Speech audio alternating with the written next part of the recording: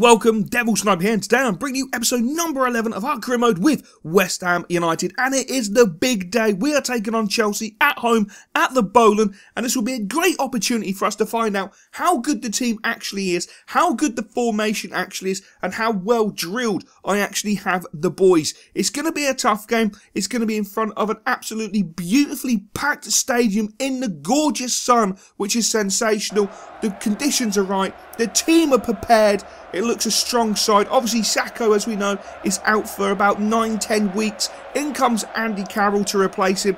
No problems there. We've got the big man up top. He can do us a great job. Of course, his foil is Valencia, and I'm looking forward to seeing how they can cause some problems to Kurt Zuma, Cahill, Terry and Felipe Luis. But of course, the big worry for us is the new signing for Chelsea, which is Edson Cavani. Fantastic striker. And of course the game starts, and you will notice that Schürrle is playing. Now this is due, when I actually started the career mode, for some reason it said there was no updates.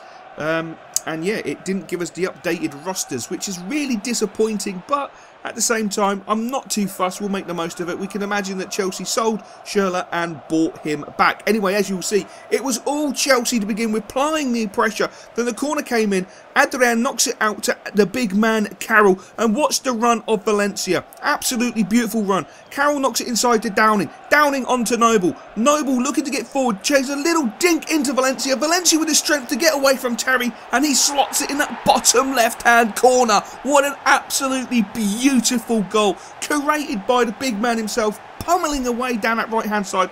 Great ball from Mark Noble. Absolutely beautiful chip. But Valencia having the strength and the vision to get in front of John Terry, hold him off, and then finish it in such a sublime fashion as Courtois is coming down on top of him. Absolutely beautiful, beautiful finish. And you can see it physically riled Chelsea because they thought that they were playing the better football. And for the first 7 minutes, they really were. And they should have probably taken the lead, but they didn't because we're so defensively organised. And you can see Chelsea are absolutely going for the jugular, but you can also see how well organised we are defensively, and that's what I love to see. And the one thing that the boys are doing even better, and the one thing that is working out sublimely, is our ball retention and the quality use of the ball. We're not just aimlessly locking the ball around. We're not just pushing the ball forward for the sake of it. We're keeping quality ball retention. The movement is sublime. The first touches are sublime. The passing is sublime. This is absolutely biblical football. And this is the vision that I had for the boys, to be playing this sort of football.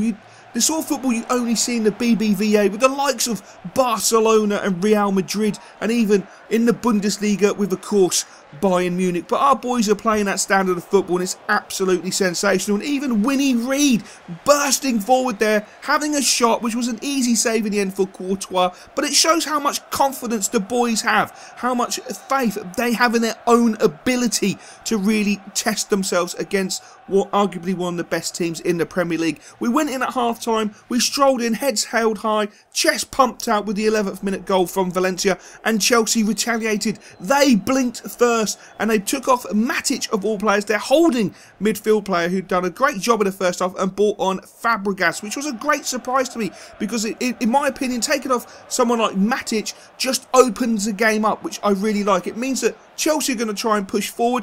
Hopefully we can hit them on the counter-attack, but it was unbelievable end-to-end football.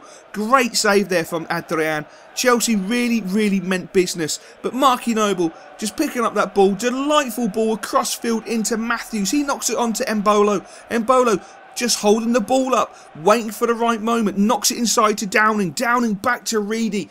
Great football. Cool, calm, collected football. Chelsea really weren't causing us too many problems. Schürrle nicks the ball off Matthews. A little bit of lax concentration at the wrong time. Into Cavani. Back post for Eden Hazard. And unfortunately, Hazard just heads it high, wide and handsome. Should have really slotted that away, but unfortunately he didn't, thankfully for us. And that is all we will see from that game. The referee blew the full-time whistle, and we pulled off a 1-0 victory. And of course, the man of the match has to be none other than Mark Noble. He literally dominated that first half. He made it tick. He literally made the team tick. Defensively, attackingly, he was an absolute general. So it's only correct that he gets man of the match. Such a phenomenal player. He really is. Every time you go out on the park and you've got him in your team, you're guaranteed wins, in my personal opinion. It's time for the squad report because it is a new month. And look at Matthews. I've got to say, Matthews, I really enjoy Matthews, but at times I find he just makes general errors, positioning errors. His positioning is not as good as I thought it would be, which is a great shame. He gets out of position, and at times he feels really weak. Where I thought he should have held off Schürrle and dealt with the situation, he didn't, and allowed Schürrle in, and allowed Chelsea to have that opportunity. My one surprise is, of course, Mark Noble hasn't grown as yet, which is a great shame because he's playing some of the most amazing football. His passing is just it's just on another level. It really is at this moment in time. As you can see, Downing is now completely and utterly happy. Had a nice sit down with him, and he's totally and utterly fine. He's doing really, really well. Big worry for me at the moment is the big man himself, AC, playing a few games, getting on the team, but not getting in the goals. He's only scored 1 goal this season, which is really disappointing. Enner Valencia has scored 4 in 10. He's created a few opportunities. And that's been, to be fair, it's been a big problem across the board. I'm not singling out the big man AC for his drought in goals. It's across the board. We've been playing good football. We just haven't been converting our chances. And we've had some bloody good chances, and we just haven't been converting them, to be fair, which is a great shame. But I do feel that we are, we're so solid at the back that we only need to nick the game 1-0 or 2-1 or 2-0. That we don't have to worry about the fact we're not scoring 6-7 goals in a game, if I'm honest. I really feel that we're doing really, really well, and the boys are absolutely fantastic. God knows why I backed out of the squad report, so I had to go back in. As you can see, there it is.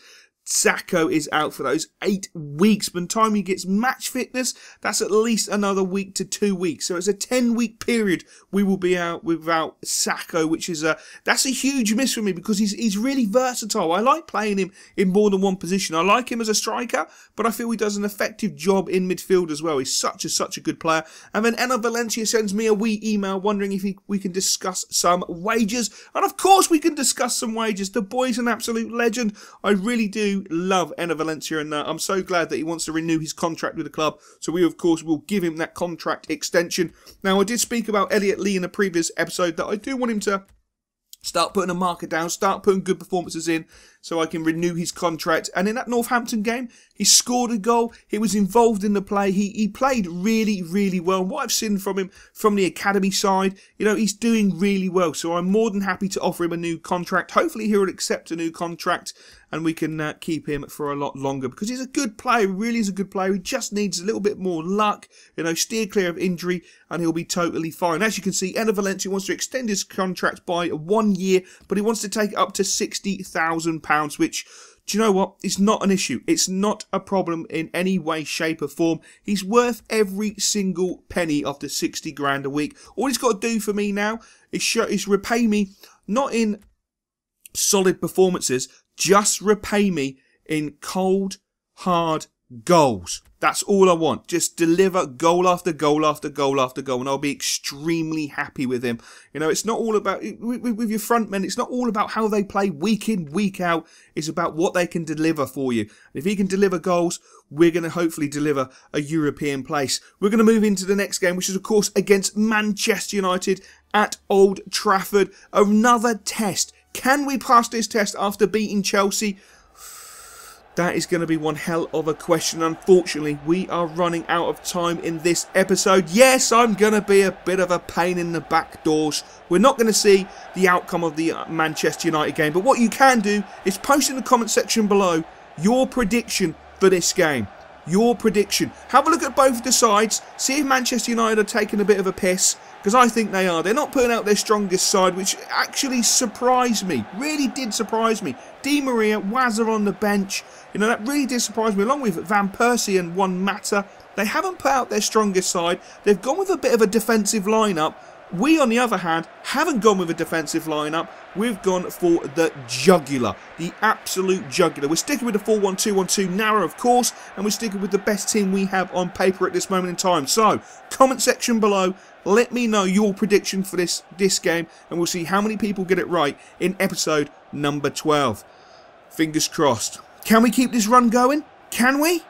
I used to dream about cars and things, about being a star and things. I thought that I